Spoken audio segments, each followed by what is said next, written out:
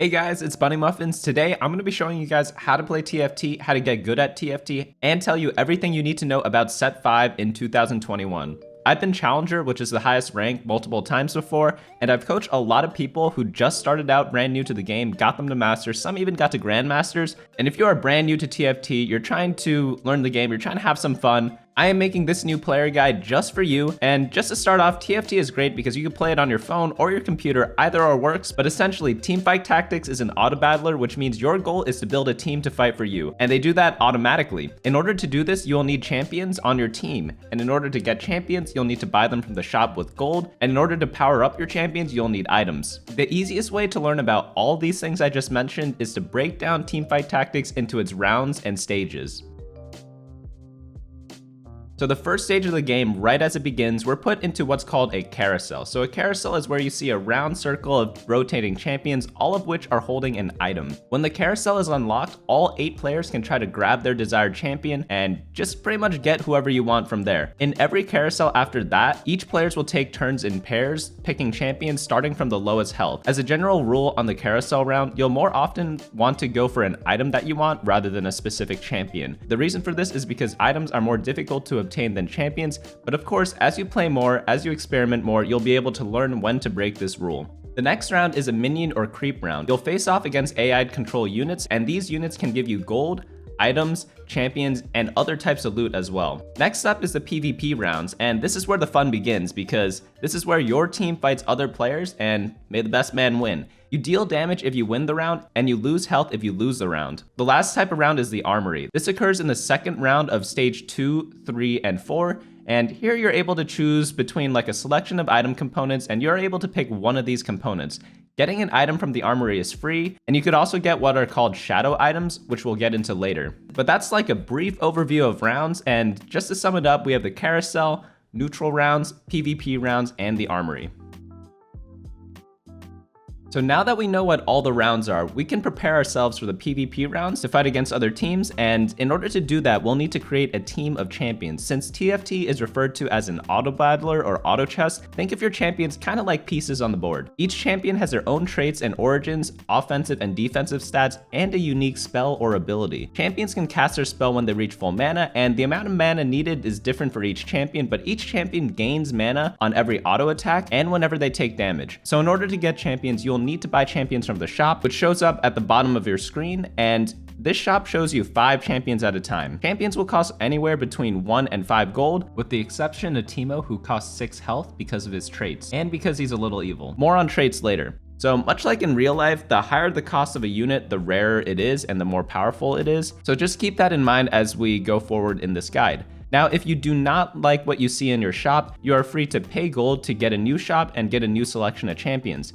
So this is called refreshing the shop or re-rolling. And it's kind of called this because it's kind of like rolling the dice. You never really know what you're gonna get, but after you do it, a new set of 5 champions will show up. And now you might be wondering, like, how does the shop decide which champions show up and which champions do not? So Teamfight Tactics has a shared pool of champions. Kind of like a deck of cards. When you're playing poker, cards kind of get dealt across the table to each player, and that mechanic is very similar to TFT. There are only a set amount of champions in each game, and as players take those champions, it gives you a lower chance of getting them yourself. As you level up in the game, you'll be able to increase your chances of seeing more powerful champions in your shop, and you can check out the exact number of champions in the game and the exact percentages to hit each champion by checking out this little cheat sheet right here, and I highly suggest checking this out more in detail after the rest of this video. So oftentimes you'll want to find multiple copies of the same champion in order to upgrade them. So if you just buy a champion right out of the shop, they're gonna be decent, they're gonna be okay, but they're not gonna reach their true potential until you upgrade them. So the way to upgrade champions is by getting 3 copies of that particular champion. Let's say you start off with 1 Udyr, you'll need 2 more Udyrs in order to get him to 2-star. So once you get 3 copies of a champion, they all combine into 1 champion with much higher stats and damage. An upgraded champion is normally called a 2-star champion. However, if you are really lucky, you can even get a 3-star champion, which is done by getting 9 copies of a particular unit. This gives a huge increase in stats and damage, and some 3-star champions can actually win games on their own.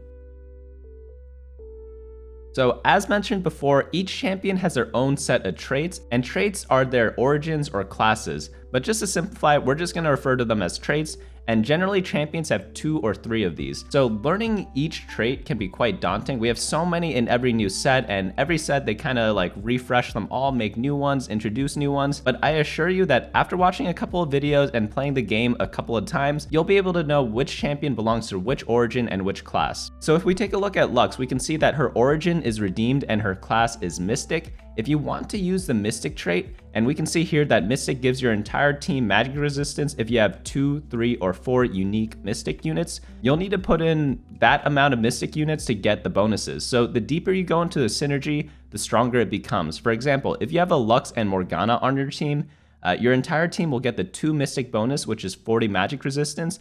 But if you add another Mystic such as Rise, your entire team gets 100 magic resistance.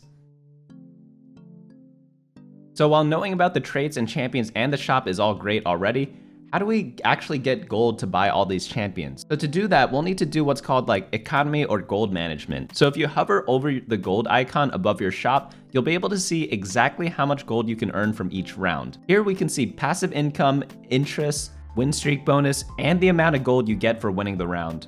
So passive income is income you get no matter what happens in the round. This amount starts out low, but as the game progresses, it eventually caps out at 5 gold per turn. Next is interest. Similar to real life, the more money you have, the more money you can make. You could save gold each round and earn a bonus interest gold for every 10 gold that you have, up to a cap of 5 gold per round. The interest mechanic is something you have to think very carefully about because you will need to decide whether you want to use your gold now to make your current team stronger or save up your gold to get a stronger team later. Next up, we have streak gold. You gain bonus gold whether you are on a win streak or a lose streak. You could hover over the streak icon right next to your gold to see exactly how much gold you'll be getting for every streak. This means it's very important to keep streaks up because you get a ton of bonus gold as you either win a lot of rounds in a row or lose a lot of rounds in a row. There is one last way to get gold, which is by selling champions. So if you no longer like a champion on your team, you could sell them by dragging them into your shop or by pressing E when hovering over a champion. Unupgraded champions sell for their base cost, and upgraded champions sell for their combined cost -1, with the exception of 1 cost units. For example, if you have an upgraded Udyr who is a 1 cost champion,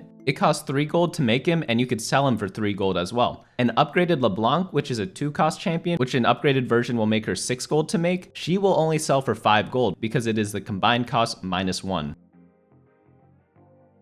Now that you know how to get gold, let's see what we can spend it on. We've already covered that you can refresh your shop and buy champions with your gold, but you can also use gold to buy experience. Experience gets you higher levels, which increases your team size and gives you access to rarer and more powerful units. Again, we could check out that cheat sheet that we referenced before, but I'll leave a link in the description below as well. You will need to balance managing your economy to level up and buy champions, along with making sure your team is strong enough at all points in the game so that you don't lose too many rounds and therefore lose too much health and potentially die out a little earlier than you would have liked. Now onto positioning. So we know what the champions do, we know how to buy them. Let's look into how to position and use them. So I have the easiest method by far of deciding where to place your units if you are just starting out. So if you right click on a champion, you'll be able to see a bunch of stats, including their attack range. So their attack range is right here. They have short range, such as 1 or 2. You generally want to put them in the front row. If they have long range, such as 3 or 4 squares, you generally want to put these units in the back row. Now, I actually have an even better method than that if you're too lazy to click on every unit, and that is by just looking at the character. Does your character look like a giant bear with a lot of health bars like Volibear? Well, then you're probably going to want to put him in the front because he's kind of like a tanky unit. Maybe your character is holding a long range weapon like a bow.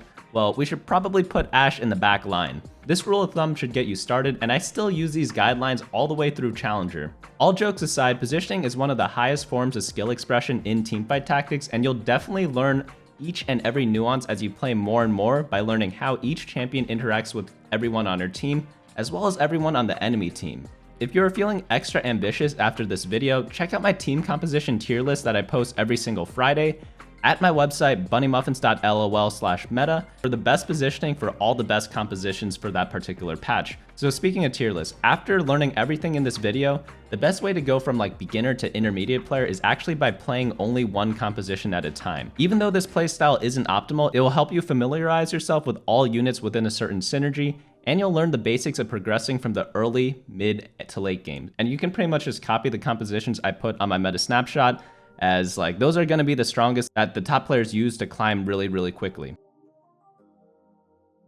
So in TFT, we get item components from the Carousel, Creep rounds, and the Armory. Each item combines with another to create a stronger item, which combines their stats and gives a bonus effect. To do this, drag the first item onto your desired champion, and then drag the second item on top of the same champion again. So if you're confused on what items to build or what components build which items, you can right-click each item component to highlight items they can build with existing items on your bench, and other items you can get from something like the Carousel or the Armory. Figuring out which items are best on which champion and which combinations synergize together the best can often be tricky. However, every Friday on my tier list, I list out every best in slot item on every top composition. So if you're feeling extra lazy, you could check that out on my website or on my YouTube channel here. But I really only recommend doing that after you get a grasp of the basics of the game. So just one last note on items. In TFT, items are super powerful, pretty much the most powerful resource you have. So I generally form my team compositions off the items rather than the champions that I get. That's just like a quick general tip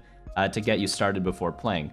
So if you guys made it this far, congrats, you're now ready to play TFT. And as the set progresses, I will be releasing more guides on how to play from every rank from Iron to Challenger and give you the intermediate and advanced continuation of this guide, including a dedicated leveling and economy guide and an early, mid, and late game guide as well. So definitely make sure you are subscribed with notifications on to get notified for those videos. And I hope you guys are excited to play this game. You can play it on your phone, you can play it on your computer. And there are also new modes that you could try out as well, such as the hyper roll mode, which is actually pretty fun and pretty cool to check out after you've learned the basics. So if you do have any questions, please leave them down in the comments below. I pretty much read everything, and if you guys learned something from this video, and if you like TFT and want to see more of it, definitely hit the like button on the video as well, as that helps me out immensely. But that's all from me today. I will be coming out with a ton of guides this week and every week after that, so I will see you all later.